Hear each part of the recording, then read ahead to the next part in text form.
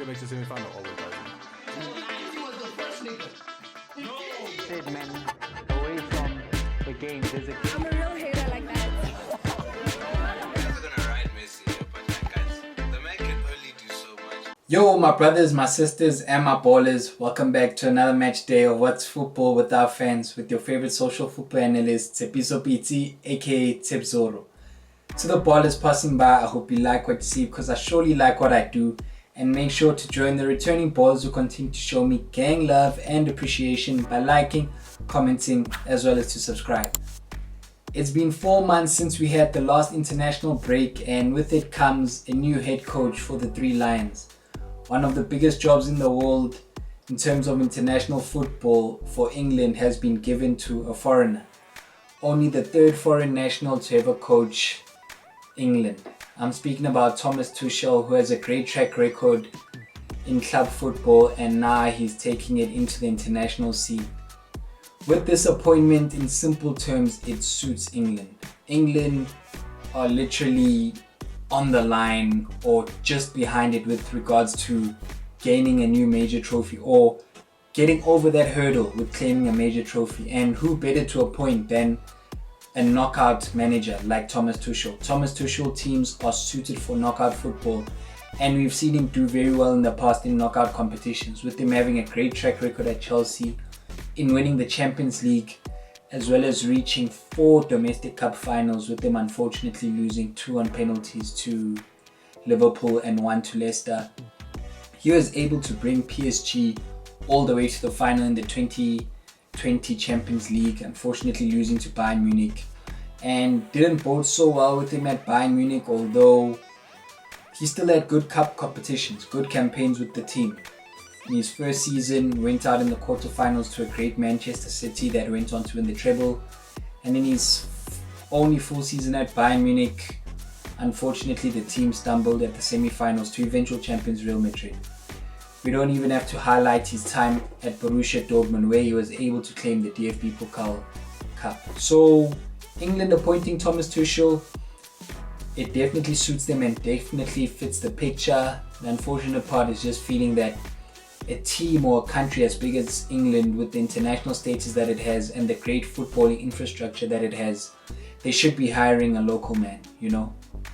Unfortunately, that hasn't happened. And now we look at his first national team. We're waiting to see it, and this is the reaction of the first national team, with having a few older veterans being called back into the team, like Jordan Henderson, which came as a surprise to most people, even though it wasn't a surprise to his Ajax coach, as he's been doing well in the Eredivisie and has probably earned his spot back in the national team, with England having a lack of deeper midfielders in the centre of the park.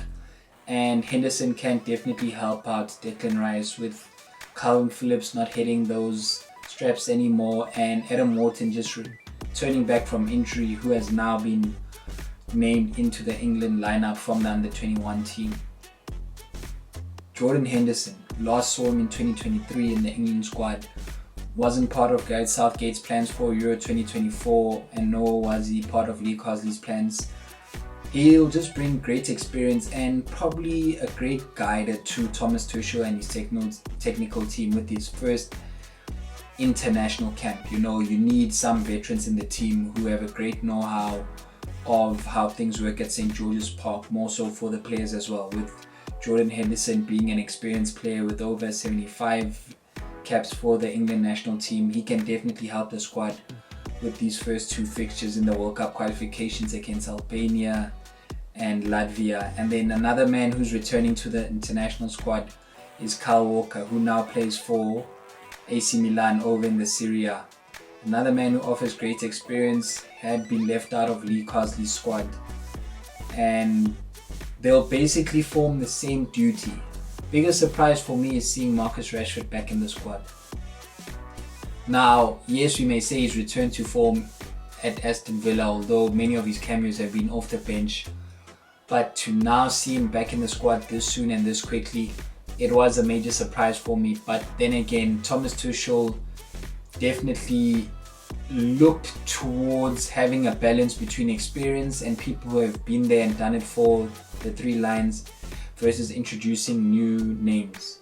The new names that are introduced are people who have had great form throughout the season. You know, Dan Burn has earned his first call-up to the England national squad, coming off a great season with Newcastle in helping them and being one of the scorers this past weekend in the Carabao Cup final. And it's a great achievement for him, as he had never represented England at any of the youth levels, and now he gets his first call-up at 32 years old.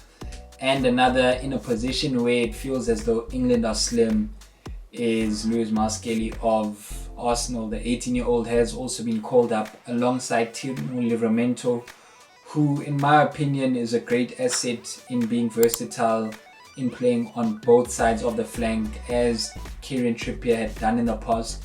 That's what Tino Livramento may offer in the England squad. Another returnee is Reece James.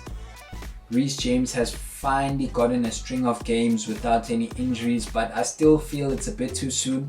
And I also wonder, if Trent Alexander-Arnold was fit, who would have been left out of the England squad, out of England's right backs, as seeing that Jared Kwanzaa was also named in the squad, probably as the simple replacement for a player like Trent Alexander-Arnold. Whilst the centre-back area, England also seems quite slim, with them only naming Mark Gahey, Levi Colwill and Konza in the squad.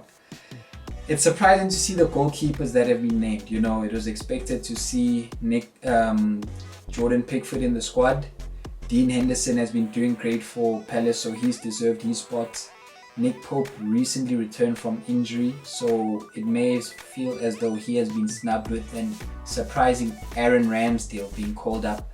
And then a man who's been doing well over in the Championship, James Trafford, has been called up to the national team.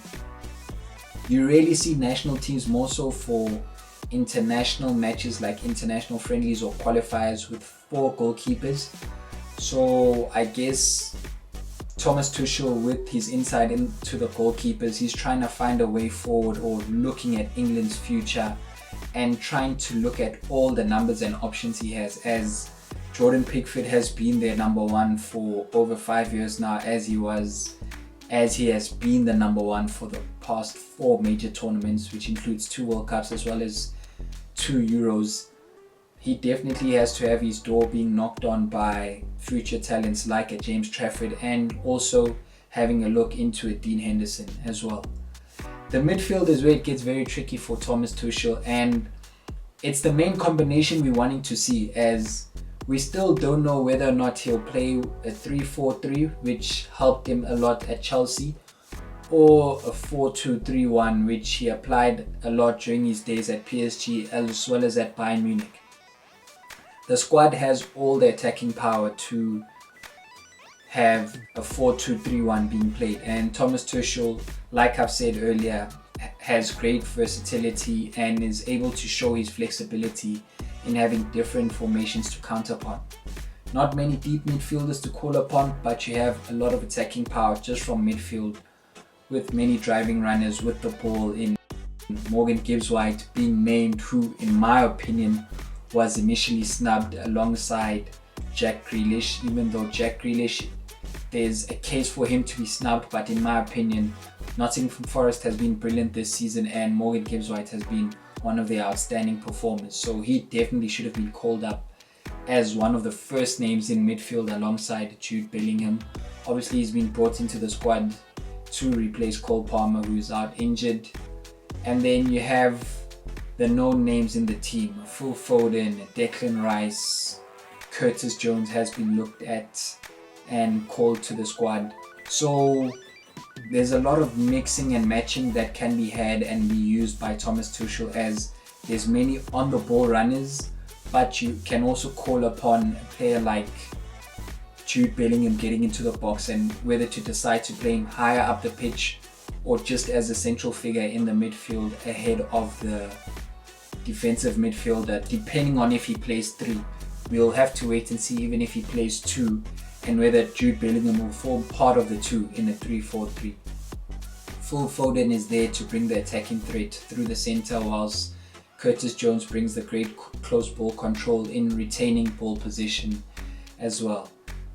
Now there's many attackers. There's attackers in abundance for England, with captain Harry Kane expected to lead the line over the two international qualifiers.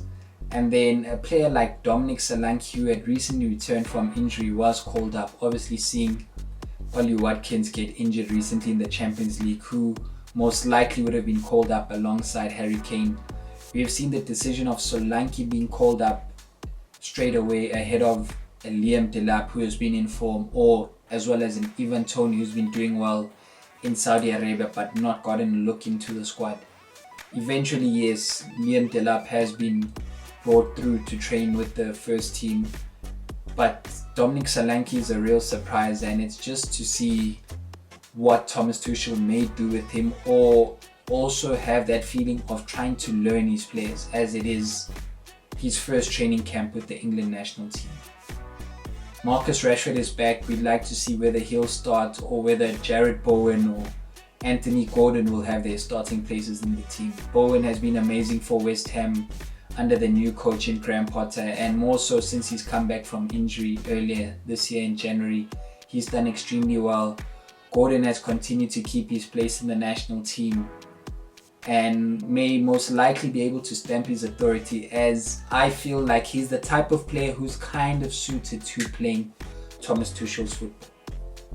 Now, in judging Thomas Tuchel with his football, his teams generally have ball possession, but he's also able to stifle opponents in having a mid-block with his teams generating great press. As we all know, German coaches off the ball, there has to be a lot of energy from their teams, and Thomas Tuchel's teams apply that very well, which is something we will like to see from England, which may be different as compared to Gareth Southgate. We may see England win more balls or gain more interceptions and tackles higher up the pitch as opposed to Gareth Southgate's football, as well as the team having more of the ball, with a greater judgment being put into introspection when Thomas Tuchel's team has international friendlies or tournament football against the tougher teams, when those chances do come, as it may come up against Serbia later in the qualifiers. Then again, it's only his first international camp. There's still so many questions still to be answered, which we'll see over the next two fixtures, and I'm hopeful for Thomas Tuchel. You know, he's a great manager and definitely suited in helping England get over that line in winning a trophy and having football come back home. So my ballers, this is where this match day ends. I hope you enjoyed it. Continue to like, comment and subscribe, and until next time, live long.